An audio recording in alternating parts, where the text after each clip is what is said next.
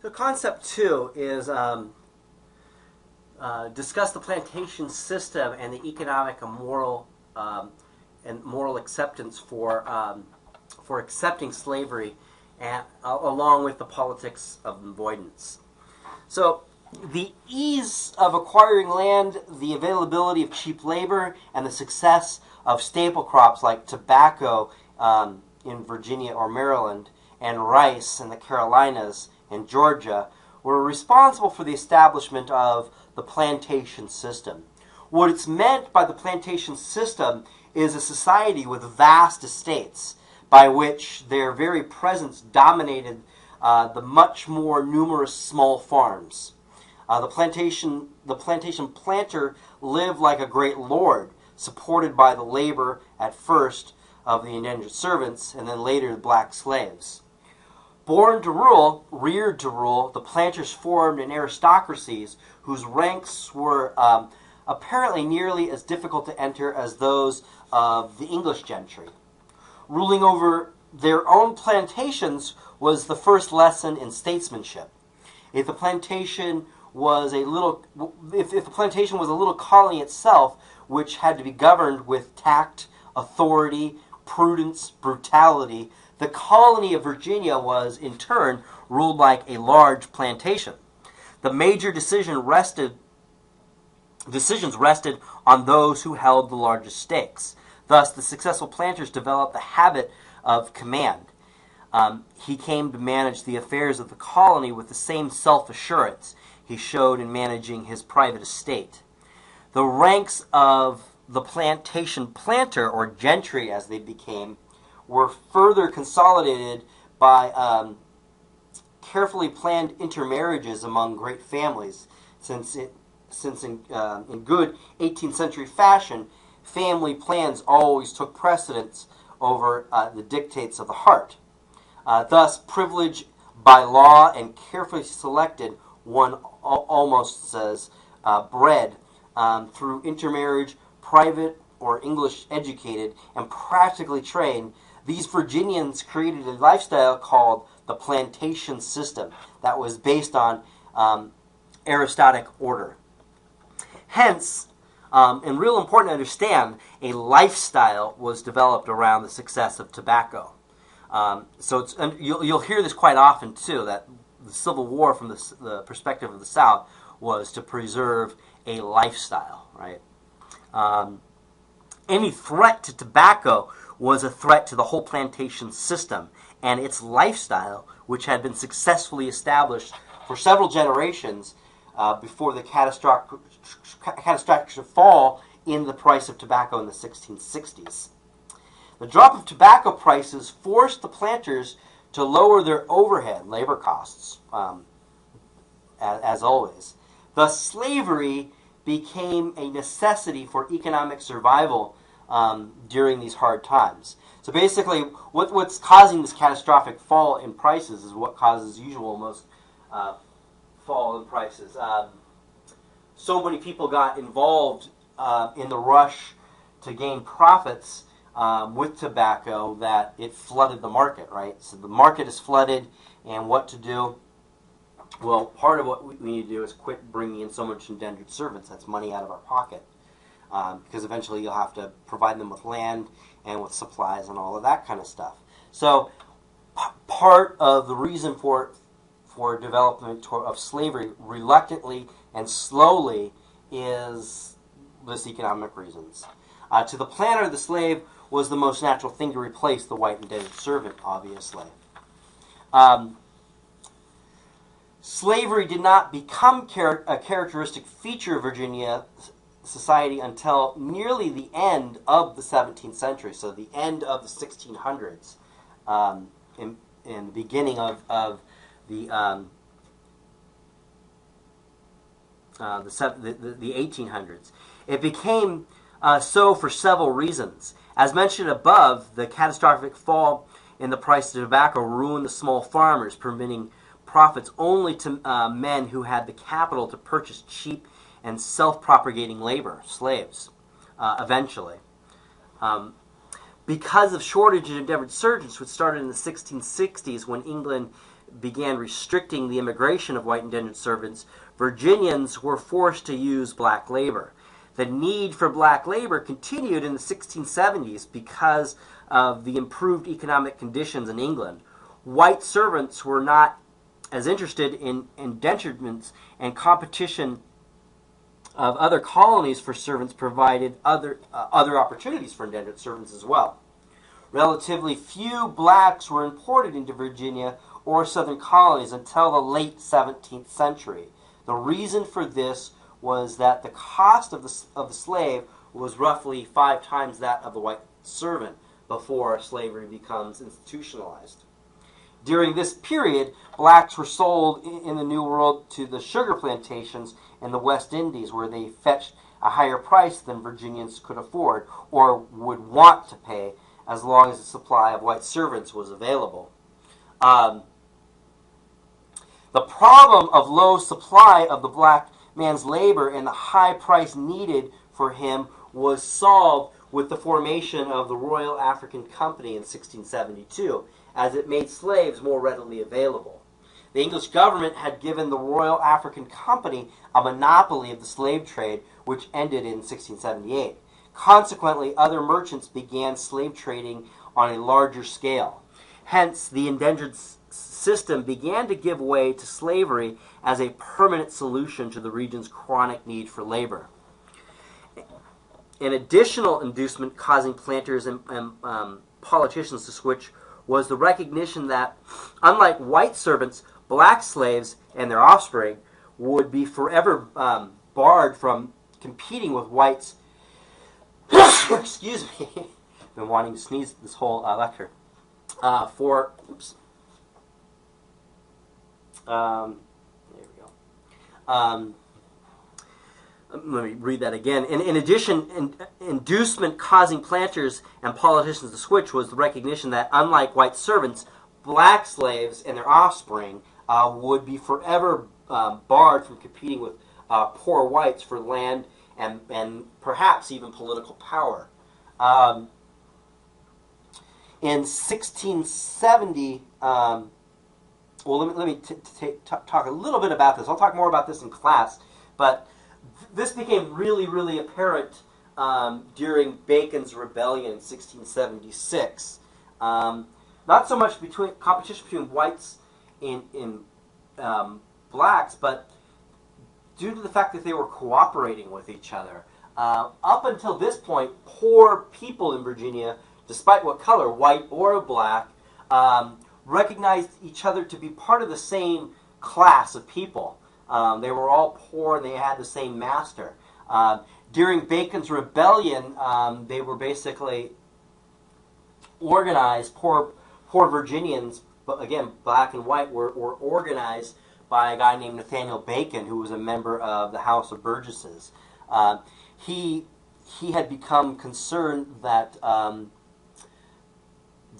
too many Englishmen were having to make concessions to Native Americans, and there was a general class conflict developing within the area because more and more indentured servants, when they were finishing out their contracts, were more and more restricted to land that was available. And so he had an idea of, well, let's attack Native Americans, the Powhatan people, and other Native people around the area. This caused a bunch of bloodshed. Basically, a huge rebellion ensued. And I'll talk more about this in class, but basically what happened is that the Virginia elite looked at the situation and said, we've got a problem here. We've got black and white people working together and fighting with each other. Since we hold the reins of power, we can construct the laws in a way to differentiate poor people within Virginia on the basis of race. And so slowly, after Bacon's Rebellion in 1676, you begin to see less and less indentured servants and more African slaves coming in through the Royal African Company. And by the 1700s, indentured servitude, although it still exists, is becoming nominal. where the major labor source is black slavery. And we'll talk more about that a little bit later. So in 1670, the House of Burgesses passed a law that sealed the fate of black people forever in the area and made slavery race-based. The law stated as quoted, all servants not being Christians, that is, not being white Europeans, is basically the meaning there, imported into this colony by the shipping shall be slaves for their lives, unquote.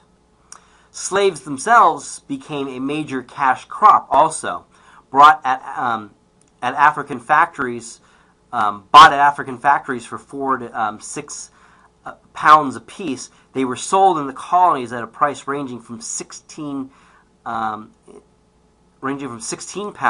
up to 16 pounds in the 17th century to 40 by the 1750s. It is difficult to work out the present-day equivalents for 17th century currency. It has been estimated, though, that one was equal to about $89 today. Hence, the decision to bring African slaves to the English colonies was based primarily on economic conditions. That is, there was a lot of money to be made in the buying and selling of these individuals. However, there was a moral justification for slavery too. Cultural nationalism had English writers associating blacks in Africa with heathen religion, barbarous behavior, sexual promiscuity, in fact, with evil itself. From such an ethnocentric perspective, the enslavement of African men and women seemed unobjectable. The planters maintained that if black slaves converted to Christianity and abandoned their supposedly savage ways, they would actually benefit from their loss of freedom. And we'll look more about some of the moral justifications of slavery in the packet defending slavery that I'll pass out in class. Also, because the African culture was a non-Western culture and colonial society was based on Western culture, when blacks' values and motivations did not match that of colonial society, they viewed them as inferior as people and as a race, right? So slowly, it's real important to understand, slowly this emergence of this idea that blacks were other to the extent that they were subhuman is slowly developing around the economic necessity. But to make it more palatable for a supposed civilized civilization, the English culture, they're creating all sorts of quasi-moral justifications for this. Finally, as American society continued to become more democratic with the rise, part and parcel of slavery as an institution, particularly after the American War for Independence, the increased emphasis on democracy made the white population more aware and afraid of the future position of the black slave and the need to keep him under control. By the 1830s, the fact that America's society contained nearly 2.5 million blacks suddenly became deeply troubling to many white Americans in the North and the South. In summary, this surge of race consciousness seemed to be attributed to 6 factors that we can itemize here. 1, economic necessity to support the plantation system. Cultural nationalism, basically meaning that they thought they were better than anyone. The English thought they were better by anyone by virtue of their culture and by virtue of their race, being white. The increased number of blacks, the development and the emergence of a democratic culture which asserted that people should be free to rise to whatever position their talent and efforts could take them, so social mobility. But in order to have this social mobility, you have to have a class of people under you willing to do the work that nobody else wants to do, right? So goes the theory. The emergence of a militant anti-slavery movement in the 1830s that no longer wanted to ship freed blacks out of the country. The abolitionist movement, in other words. And then the always ever increasing worry of slave revolts, like Nat Turner's Rebellion, the Stoner Rebellion, the Haiti Rebellion. A number of slave revolts are going to create what's called a politics of avoidance, right? And a further justification for race-based slavery, and that will be put off for looking at it in a serious way for generations to come in colonial and then later American society. This anxiety over the social and economic position of blacks produced two distinct political patterns of society's treatment of the slave question up until the Civil War. The first pattern was the politics of avoidance, or society's attempt to ignore the issue for fear of the results that might emerge. The second pattern developed as a result of the new territory acquired in the Mexican-American War of the 1840s. It's called the pattern of aggressive pursuit, and developed as both the North and the South were forced by the acquisition of the new territory to defend their position and their interests.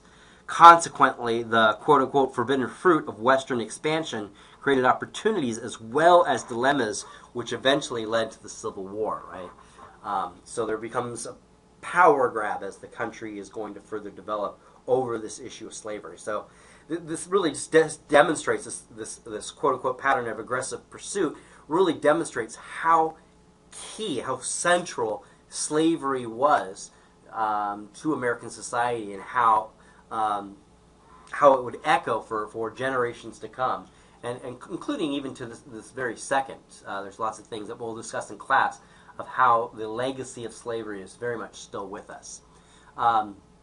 All right, that concludes my portion of the lecture of the development of slavery. What I'm going to have you guys do from here is you're going to watch a film called Africans in America. There's a study guide that goes with it. You'll see that in the lecture guide for this lecture on the development of slavery. And then in class we're going to read, I'll pass out a packet called Defending Slavery by Paul Finkelman. We'll read that. I'll put you guys will read this in your groups, and we'll divvy out sections to go over, but that'll be part of the essay as well. All right, thank you very much. Let me know. You can either email me if you have questions, or let me know in class if you have questions. I'll talk with you later. Bye.